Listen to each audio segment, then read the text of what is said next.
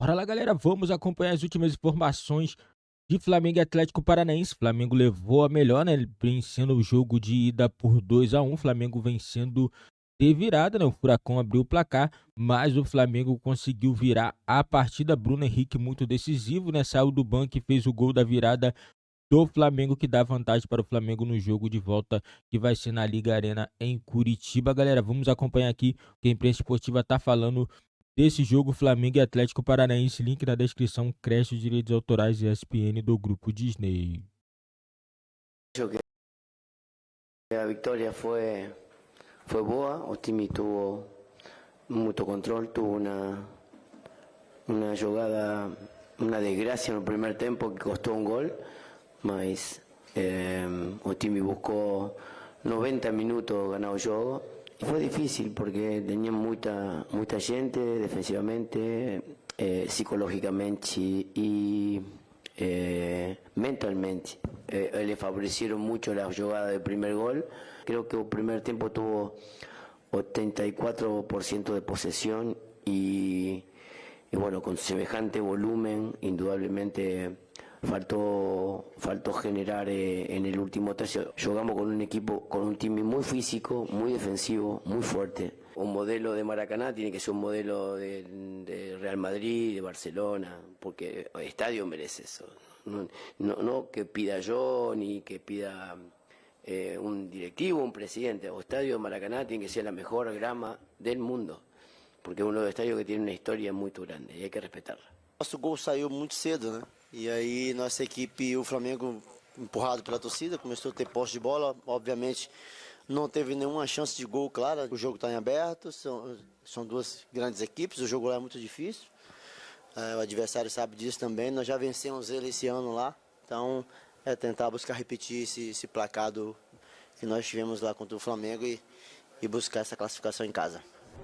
Os dois comandantes, então, falando no Sport Center, a gente dá uma olhada nos números do Flamengo contra o Atlético Paranaense em cada período, tá? No primeiro tempo, o Flamengo teve mais posse de bola, 82%, 6 chutes, 1 no alvo, 11 ações na área rival e não marcou um gol.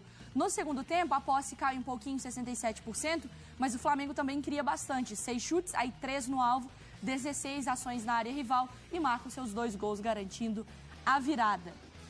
Bora para o Rio de Janeiro, então, falar com o Cícero Melo nesse dia seguinte de um Flamengo que sai na frente nessa primeira parte do confronto da Copa do Brasil. Tudo bem, Cícero? Bom dia para você. Tudo bem, bom dia para você, Mário. Bom dia também para a Nath, para o Mário Marra e para o Fã de Esporte. Estamos aqui no Ninho do Urubu, centro de treinamentos do Flamengo, para acompanhar mais tarde, né, a partir das 13 horas, a apresentação de um novo contratado do Flamengo, o goleiro Rossi, o argentino Rossi. Mas falando do jogo de ontem, né, como você disse aí, o Flamengo saiu na frente, né, nesse confronto complicado, difícil, já repetido por várias vezes aí, Copa do Brasil, Libertadores da América, contra o Atlético Paranaense, né? Com esta vitória magra aí por 2-1, o Flamengo só precisa de um empate no próximo jogo, que será na semana que vem, já na quarta-feira, lá na Arena da Baixada, em Curitiba.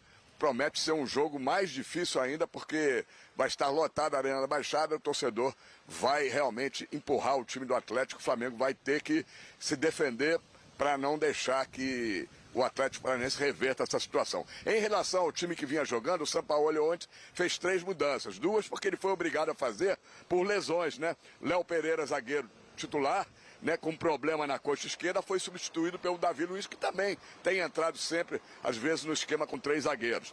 E no ataque, o Gabigol, com uma lesão no tornozelo direito, foi substituído pelo Pedro, que ficou claro que hoje é um reserva do Gabigol. Né? E uma mudança, né, no meio de campo, entrando o Vitor Hugo no lugar do Thiago Maia. Essa mudança, o Sampaoli explicou que foi porque, como o Atlético Paranaense veio muito fechado, ele precisava de um jogador com mais condução de bola. No caso, o Vitor Hugo tem mais essa condução de bola do que o Thiago Maia. Aí o time realmente desmanchou no segundo tempo a partir do pênalti, né, que o Pedro converteu. Foi o 26º gol do Pedro nesta temporada.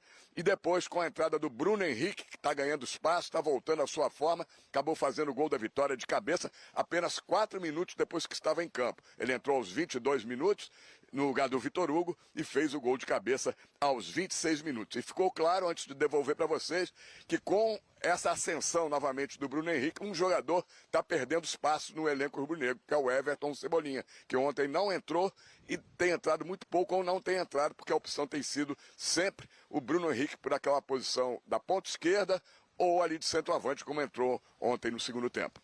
O Cícero, a gente vai debater bastante esses personagens e também mais tarde a gente tem uma tela específica do Bruno Henrique, como ele tem sido importante não só com gols, mas a participação e o efeito dele dentro de campo. A gente ouviu a coletiva do Sampaoli e também do Wesley, né, que está como interino no Furacão, e ele disse que o gol saiu muito cedo. Foi essa a grande questão, porque o Furacão faz gol e se fecha. Mas eu não imagino um Flamengo do Sampaoli nessa crescente também, não sendo esse time que tomaria a frente do jogo independentemente do placar, Marra. Eu concordo com todo o restante da resposta do Wesley. Que sim, no primeiro tempo, o Flamengo tinha a bola, mas não conseguia ser tão perigoso, ser tão letal assim. Eu concordo com tudo isso. Entretanto, quando você fala assim, fizemos o gol muito cedo, parece até que deu azar fazer o gol. Ah, que pena que a gente fez um gol, né? E eu sei que não é isso que ele quis dizer. Só que, assim, o Atlético Paranaense, para mim, não conseguiu sustentar a vantagem porque não conseguia segurar a bola. E aí, é mérito do Flamengo. A gente viu o Vitor Roque correndo, feito um desesperado para marcar. A gente viu o Canóbio lá. O Canóbio já é natural dele, né? É um jogador de lado de campo e que ajuda muito o lateral. Eu acho que a gente precisa destacar da força que o Flamengo impôs em casa. E foi uma força o quê? Uma força física, uma força de intensidade mesmo? Técnica também, né? A qualidade técnica foi colocada em campo. Isso mostra muito de uma parcela do São Paulo já muito grande em contribuição do que é coletivamente esse Flamengo. O Atlético Paranaense não foi melhor que o Flamengo na partida e não merecia vencer, ponto. O gol foi muito cedo, o gol foi muito tarde. Isso não muda o fato de que o Atlético Paranaense tentou sentar no resultado com poucos minutos de jogo. Méritos do Flamengo de ter o poder de não se abalar diante da sua torcida, de tomar um gol tão rapidamente, porque isso acaba mudando muitas vezes a forma como o time adversário reage, e o Flamengo não fez isso. Tem qualidade técnica, teve organização, muita gente questiona o Arrascaeta mais próximo da área. Ele deu uma movimentação ao ataque que é da qualidade dele, mais próximo, um pouco mais distante da área. Ele vai fazer o que ele fez na partida de ontem. Agora, acho que tem muito mais mérito do Flamengo em conseguir reverter um resultado, e poderia ter ganhado demais, porque produziu para isso, do que propriamente o Atlético ter jogado uma barbaridade e isso foi injusto. Não, acho que passa muito por esse poder coletivo que cada vez mais tem a cara do São Paulo. E Cícero, e não era necessariamente uma característica desse Flamengo tão forte nesse período, tá? Obviamente nesse recorte deste ano. Porque era um Flamengo que, às vezes, ele se perdia em campo de acordo com a dificuldade, né? Ficava nervoso ou desconcentrava da partida ou acabava baixando o seu ritmo.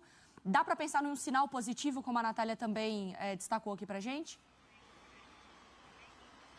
Eu acho que, como você disse, o Flamengo agora, ele tem um jeito de jogar do Sampaoli, que é o seguinte: o Sampaoli tem o seguinte pensamento: eu tenho muita qualidade técnica no meu time, não tem por que o time tomar um gol, principalmente no início do jogo, e se apavorar e começar a deixar espaços para o adversário, porque aí sim, se marcar o segundo gol, fica mais difícil correr atrás. Então, como um gol. Mas o Flamengo continuou absoluto no jogo, com a posse de bola, dominando o adversário. Quem via o jogo, seja no Maracanã ou pela televisão, tinha a nítida impressão que era questão de tempo.